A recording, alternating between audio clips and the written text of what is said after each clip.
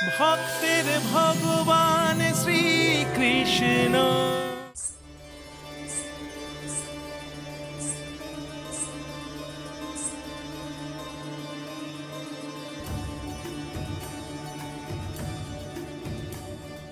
শ্রীবিষ্ণু তিনি এক মোহিনী নারীর রূপ ধরে উপস্থিত হলেন দেবতা আর অসুরদের মাঝখানে।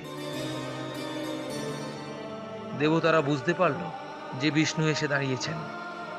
অসুরদের তো স্বর্গ পাওয়ার মতো অবস্থা।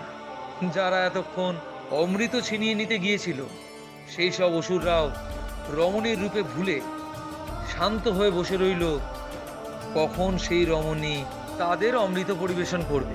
কিন্তু ঘটনা ঘটল অন্যরকম। সেই রমণী অসুরদের দলে আছে বলেও তাদেরই চোখের সামনে তাদের শত্রুপক্ষ দেবতাদের সব অমৃত পরিবেশন করে দিল। অসুরদের মধ্যে রাহু কেতু শুধু অমৃত পেয়েছিল। তারা দেবতা সেজে দেবতাদের ছাড়িতে দাঁড়িয়ে পড়েছিল বলে ভুলবশত রমণীরূপী নারায়ণ তাদের অমৃত দিয়ে ফেলেছিলেন। ওরা অসুর শ্রীবিষ্ণু।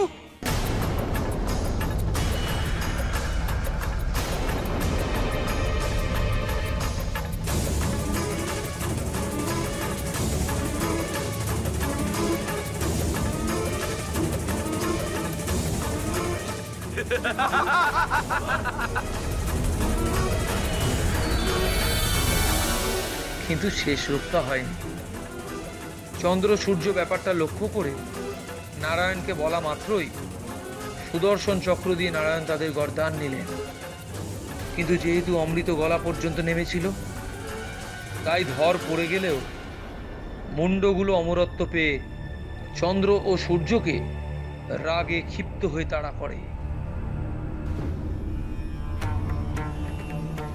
এই হলো সমুদ্র মন্থনের পুরো কাহিনী। আচ্ছা কৃষ্ণ, এবার আমাকে ছুটি দেবে তো? আপনি আমাদের এত সুন্দর করে মা লক্ষ্মীর কথা শোনালেন। ওনার পুজোটা হোক, আপনি প্রসাদ গ্রহণ করে তারপরে যাবেন।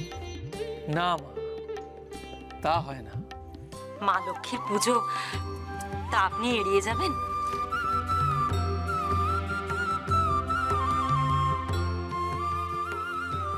ভাবছেন কেন মা? আমি তো সকল সময় লক্ষ্মী নারায়ণের চরণ তলেই থাকি, তাদের সেবার জন্য। আপনারা মা লক্ষ্মীর পুজোর আয়োজন করুন।